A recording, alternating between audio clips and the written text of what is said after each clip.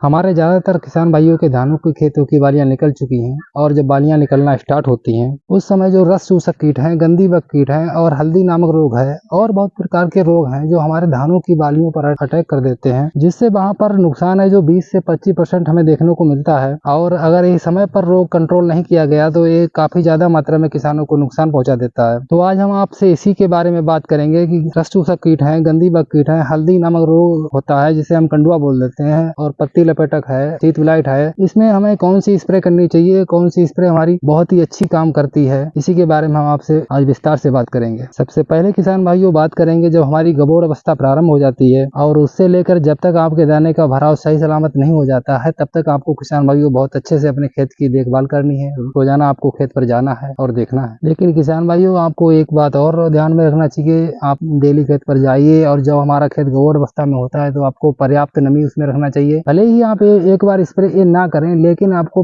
खेत में पर्याप्त नमी बनाए रखना है, क्योंकि जब आप पर्याप्त नमी बनाए रखेंगे तो आपकी बालियां एक समान रूप से निकलेंगी। जब आपके खेत में पर्याप्त नमी नहीं होगी तो आपके खेत में बालियां छोटी बड़ी निकलेंगी, दानों का भराव अच्छी तरह से नहीं होगा। इसलिए खेत में पर्याप्त नमी होना बहुत ही ज्यादा आवश्यक है। दूसरी बात किसान भाइयों, जब हमारी बालियां निकल आती हैं, जब हमारी दुग्धावस्था प्रारंभ हो जाती है, फ्लावरिंग स्टेज के बाद हमारी दुग्धावस्था चालू हो जाती है, तो किसान भाइयों आप देखते होंगे वहां पर जब दाने छोटे छोटे होते हैं दुग्धावस्था में, उसमें किसान भाइयों दूध बनना चालू हो जाता है। उस समय किसान भाइयों जो रस चूसक कीट होते हैं, गंदी बग कीट होते हैं, कंडुआ रोग होता है, ये हमें उस समय ज्यादा देखने को मिलता है। और हम पहले बात करेंगे रस चूसक कीट पर। जो हमारे मेड़ होते हैं, मेड़ पर खरपतवार ज्यादा उगाता है और आप निराई भी करते हैं, दवा भी डालते हैं, लेकिन थोड़ा बहुत फिर भी खतवार रह जाता है और वहां पर कीट हमारे बैठे रहते हैं। जैसे ही हमारी दुग्धावस्था प्रारंभ होती है वैसे ही कीट अटैक कर देते हैं और वहां पर दानों का रस चूस करके दानों को खोखला बना देते हैं। और किसान भाइयों आपकी जो पैदावार है 20 से 25% 30% तक कम हो जाती है। और जब आप कटाई करते होंगे तब आप देखते होंगे दाने हमारे खोखले रह जाते हैं, जिसे हम फराह बोलते हैं, वो ज्यादा हो जाता है, इसलिए हमारी पैदावार कम हो जाती है।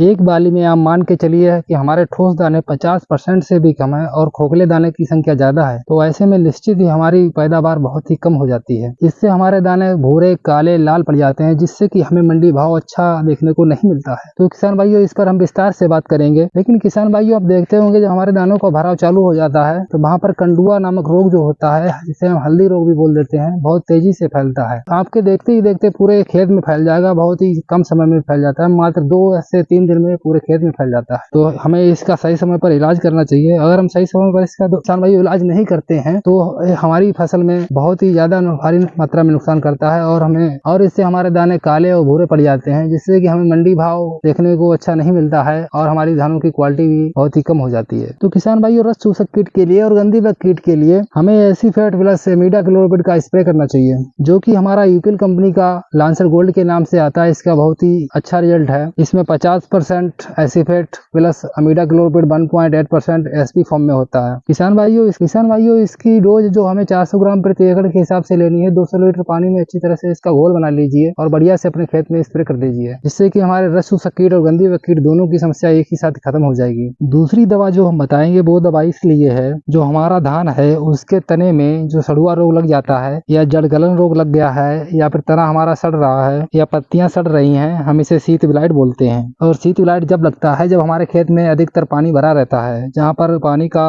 ठहराव होता है, और ऐसी कंडीशन में हमारे खेतों में शीत विलाइट लग जाती है। इसकी पहचान किसान भाइयों मैं आपको बता देता हूँ। इसकी पहचान करने के लिए आप इसके तने को देखिए। इसकी पहचान है किसान भाइयों, जैसे कि हमारा तना सड़ जाता है और लाल लाल कलर के धब्बे पड़ जाते हैं और हमारी जो पत्तियां हैं वो झुलस जाती हैं, यही हमारा शीत विलाइट का संकेत होता है। और आप समझ जाइए कि हमारे खेत में शीत विलाइट आ गई है। इसके लिए हमारा सबसे बेस्ट फंगिसाइड जो होता है एमिस्टार टॉप की स्प्रे करनी चाहिए, जो सजेंटा कंपनी का आता है। इसकी डोज जो किसान साथियों रहती है वो 200 ml प्रति एकड़ के हिसाब से रहती है। इससे आपका बिल्कुल जो है शीत विलाइट खत्म हो जाएगा। इन दोनों दवाओं को लगाने के बाद आप आसानी से अपनी खेती की पैदावार बढ़ा सकते हैं और आपका दाना जो है बिल्कुल चमकदार रहेगा। इस समय किसान भाइयों आप देख रहे होंगे कि हमारे एरिया में बहुत ही ज्यादा धूप पड़ रही है और मौसम भी काफी टेम्परेचर भी काफी हाई रहता है और इसमें किसान साथियों बारिश भी नहीं हो रही है और खेतों में पर्याप्त नमी भी नहीं रह गई है। इसलिए जो बालियां हैं हमारी छोटी निकल रही हैं, बालियां बड़ी नहीं निकल पा रही हैं। इसलिए किसान साथियों हमें पूरे खेत में बिल्कुल पानी जो है हमारा भरा रहना चाहिए, जिससे कि हमारी बालियां जो होती हैं एक समान रूप से एक समान लंबाई से निकले। इसका आपको विशेषकर ध्यान रखना है। तो किसान भाइयों आपको खेत में अपने नमी मेंटेन करके रखना है। अगर यदि आपने नमी मेंटेन करके नहीं रखी तो आपको बहुत ही बड़ा नुकसान देखना पड़ सकता है। जितनी भी आपने अपनी खेती में मेहनत की है और आपने जितना भी पैसा पैसा लगाया है ये सब आपका बेकार हो जाएगा। इसलिए आप इस समय पर नेमी को मेंटेन बनाकर रखिए अपने खेतों में।